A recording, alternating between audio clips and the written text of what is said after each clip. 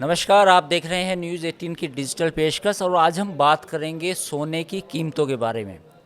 जैसा कि आपने देखा होगा कि आज सोने की कीमतें 1 लाख के पार चली गई। लेकिन जैसे ये खबर आई उसके बाद मन में सवाल ये है कि क्या सोना अब इतना महंगा हो गया है या हो चुका है कि दोबारा हमारे पास इसे खरीदने का मौका ही नहीं मिलेगा। आज हम इन्हीं बातों पे बात करेंगे, साथ ही ये भी जानने की कोशिश करेंगे कि सोने के दाम जो करीब 2 साल पहले 50,000 या 60,000 के करीब थे, ऐसा अचानक क्या हुआ कि 2 सालों में ही सोने के दाम 1 लाख के पार चले गए। ये भी एक बड़ा सवाल है। तो आज हम इन्हीं सवालों पे बात करेंगे और जानने की कोशिश करेंगे कि ये जो 1 लाख सोना हुआ है इसके पीछे वजह क्या है। तो सबसे पहले तो ये खबर है कि सोने के दाम 1 लाख के पार चले गए, लेकिन अब इसकी वजह क्या है। दरअसल इसकी कई वजह है। वजह नंबर 1 ये है कि डोनाल्ड ट्रंप के राष्ट्रपति बनने के बाद, यानी 20 जनवरी को जब डोनाल्ड ट्रंप राष्ट्रपति बने तो उसके बाद उन्होंने टैरिफ वॉर शुरू किया। यानी पूरी दुनिया में जितने भी देश थे, जितने भी मुल्क थे, उनके साथ टैरिफ की बात की। यानी कि आप हमारे सामान पर ज़्यादा टैरिफ लगाते हैं तो हम आपके सामान पर भी उतना ही टैरिफ लगाएंगे। लेकिन सबसे बड़ा जो झगड़ा शुरू हुआ वो हुआ चीन के साथ। अब चीन के पास दुनिया में सबसे ज़्यादा सोना है अमेरिका के बाद। तो अमेरिका और चीन दोनों कंट्रीज़ के पास सबसे ज़्यादा सोना है पूरी दुनिया के हिसाब से। तो जब दो दुनिया के बड़े देशों में लड़ाई हुई तो जो सबसे कीमती असेट होती है, यानी कि जो सेफ़ असेट होती है, जब आप एक निवेशक होते हैं तो आप डरे हुए होते हैं, आप सोचते हैं कि ऐसी चीज़ों में पैसा लगाया जाए जो बिल्कुल सेफ़ हो। तो अमेरिका और चीन के बीच में जब जंग शुरू हुई तो लोगों को ये अनुमान है कि अगले 1-1.5 साल तक ये टैरिफ वॉर चलती रहेगी। अब ऐसे में क्या है कि जो निवेशक हैं वो सोना खरीद रहे हैं। उनको अब इस बात की उम्मीद नहीं है शायद कि अमेरिकन बाज़ार या चीन का जो बाज़ार है, शेयर बाज़ार, उसमें उतनी तेज़ी आएगी, दोनों के बीच में ताल्लुकात अच्छे होंगे, ट्रेड बढ़ेगा। तो जो निवेशक है उनको लगा कि सोने में निवेश करना चाहिए। तो सबसे पहली वजह ये। अब हम बात करते हैं दूसरी वजह की।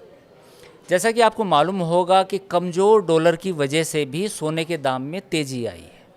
पूरी दुनिया में जिस तरह के टैरिफ वॉर चले हैं, कोई कंट्री अमेरिका के साथ अब ट्रेड डील करना चाहता है, और फिर कुछ कंट्री ये भी इस बात पे भी अड़े हुए हैं कि जैसे अगर हम चीन की बात करें तो चीन ये कोशिश कर रहा है कि जो ट्रेड वो बायलैटरल ट्रेड करे वो अपनी करेंसी में करे। तो एक ये भी सवाल है।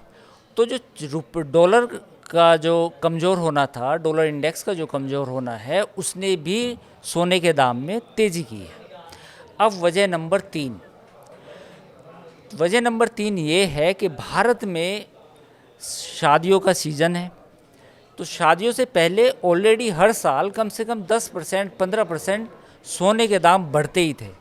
तो ऐसे में शादियों से जस्ट पहले जब ये फैक्टर्स काम किए तो दामों में तेज़ी और ज़्यादा आने लगी। तो ये हुई वजह नंबर 3। अब वजह नंबर 4 ये भी है कि पूरी दुनिया में यूक्रेन युद्ध हुआ, उसके बाद एक नया युद्ध इज़राइल और ईरान का भी शुरू होने के इम्कान है, यानी कि वो हो सकता है। और चौथी वोलेटिलिटी ये भी है कि अमेरिका में ब्याज दरें घटने का नाम नहीं ले रही हैं और अमेरिका में रिसेशन आ सकता है। उसकी वजह क्या है? उसकी वजह ये है कि डोनाल्ड ट्रंप बार बार कहते हैं कि जो फेड है, यूएस फेड है, वो ब्याज दरें कम करे, इकनॉमी में ईज़ आउट हो, ईजी हो, लेकिन इन्फ्लेशन बढ़ती जा रही है। डोनाल्ड ट्रंप इस बात से परेशान भी हैं कि एक तरफ तो वो टैरिफ लगा रहे हैं दुनिया के कंट्रीज़ पर, बाकी मुल्कों पर, उसी समय उनके खुद के देश में महंगाई भी बढ़ रही है। तो ऐसे में जब ऐसा लगता है, अनसर्टेनिटी बढ़ती है, महंगाई बढ़ती है, तो लोगों को लगता है कि सोना एक ऐसी चीज़ है उसमें निवेश किया जाए। तो ये 4 ऐसी वजह हैं मोटी मोटी, जिसके बाद अमेरिका के अलावा भारत में भी सोने के दाम में तेज़ी आई है। अब अगर हम जेपी मॉर्गन की बात करें, जो एक ब्रोकरेज फर्म है, उनका ये कहना है कि अमेरिका में अभी ट्रेंड जारी रह सकता है सोने के दामों में तेज़ी का।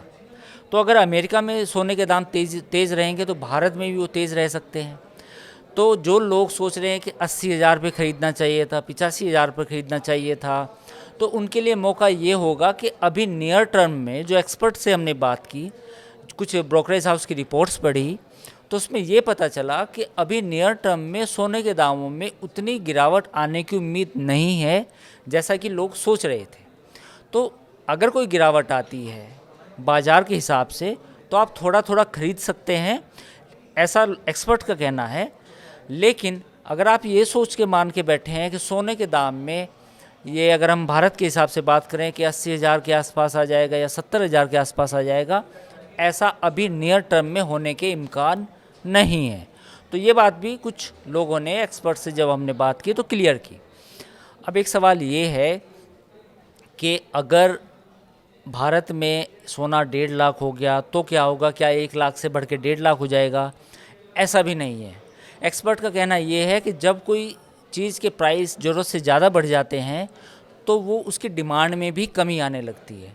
यानी कि ऐसा भी नहीं है कि सोने के दाम 1.5 लाख चले जाएंगे और लोग फिर भी सोना खरीदेंगे।